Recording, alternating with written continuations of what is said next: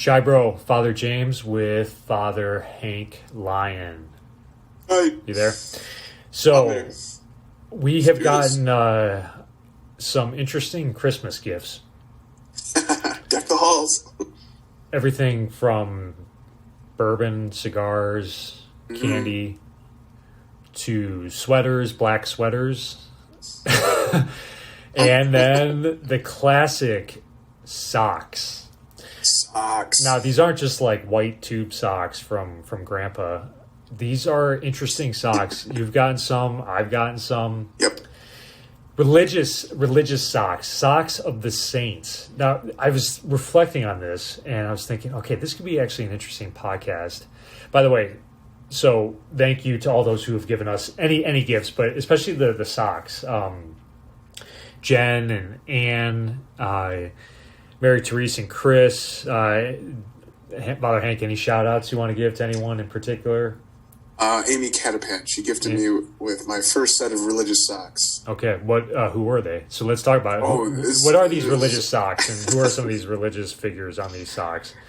It's fascinating. Following the crazy sock trend, someone within the Catholic Church picked up the vibe and said, hey, we've got awesome things to celebrate, and we have the saints. So I have the Blessed Virgin Mary, Our Lady of Grace specifically, on my socks. They're blue, yellow, a little bit of white. The amazing thing is that on the bottom of the sock, when I step on it all the time, there's a snake.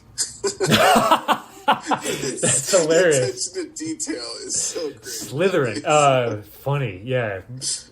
All those statues of the Immaculate Conception, she steps on a snake. That's really so. When you have your feet kicked up on the recliner in the man cave when we're watching a movie, and I'm like, the snake is right in my face. Okay, there's two of them. There's one on each foot. That's so funny. Oh my gosh, Our Lady of Grace. How about you, Father James? Yeah. What kind of socks you got? Well, just real quick though, because I don't want to forget what is. I'm just really not. I've never been trendy with clothes. I've always been a step behind. Like I was still wearing sweatpants in high school, but.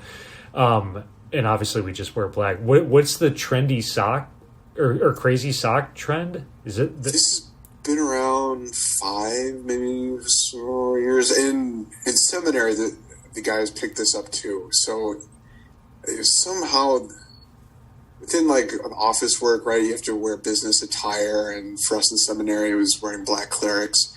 The socks were like a hidden way to express yourself or show off some crazy designs, because they would really only be seen if you were sitting. Right. So if you're standing up, they don't really see them. So guys in class, you would see like in the sea of black underneath the table, like all these crazy colored socks. Interesting. There wasn't a dress code against that. I feel like in Rome there was. Eventually. Is there? They did catch up to that, and they're like, black dress socks are most appropriate. Black dress. I wonder if they allow the saint socks. Potentially. Depending on who you talk to, maybe. Yeah, potentially. I first saw him, when I was still at Mary's Seat. Father Tim Monahan.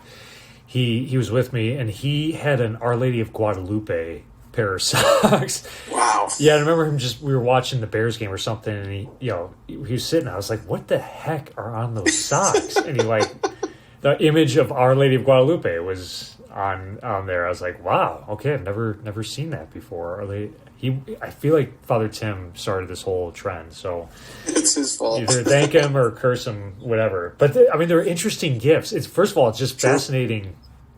Okay, a way to express yourself. I guess like the crazy tie wouldn't so much work anymore. Millennials don't really wear ties. And sweaters, cardigan. I don't know. We did an episode on the cardigan. Remember that? Yeah. Most of those are like neutral colors, kind of like grays, browns, blacks. Yeah. So, interesting. So then these saint socks come along, and they combine that way to express yourself. They're colorful, but they have these unique things on them. So you have Our Lady of Grace. There's Our Lady of Guadalupe. I feel like I should get Father Manuel that next Christmas. There you go. Our Lady of Guadalupe socks. Though I did think socks. Are there Saint Therese socks? Okay. JP2 socks. Yeah. Okay. I've got Saint Ignatius of Loyola. was one pair of socks. It was really cool. I've been giving these talks on the spiritual exercises, and very fond of St. Ignatius Loyola, especially since doing a 30-day retreat. So it's funny. Someone like, now you can literally walk in the footsteps of St. Ignatius of Loyola. Yeah, it's just a cool little pun. Then St. Joseph socks also recently came in. This is, of course, the year of Joseph, and walking in the footsteps of the Father of Jesus. Yeah. Any other saint socks idea? Yeah, the Joseph ones I think are blue and yellow, and the Ignatius Loyola ones are black and kind of tan. Black and tan. I think that's a beer also. Anyways, but it's fascinating how like the socks have come back as a Christmas gift. Yeah, I think. See, like my nieces and nephews, when they open gifts, they're young and they just love tearing open presents. But my nephews, especially that are a little older now, like 6 and 3 or 4, it's funny to see when they tear open the gifts, and when it's a toy, they go nuts, right? They see it, but it's fascinating when they open up the gift and it's clothes or like a shirt or a pair of socks. They like don't comprehend. They just like they don't like scream and cry, but they just look at it and they just like immediately put it down and move to the next gift. They don't like, they're not excited. They're just like, wait, I don't understand what does not compute. You can't like play with this thing. This isn't worthwhile. They just move on to the next toy, the next gift to open.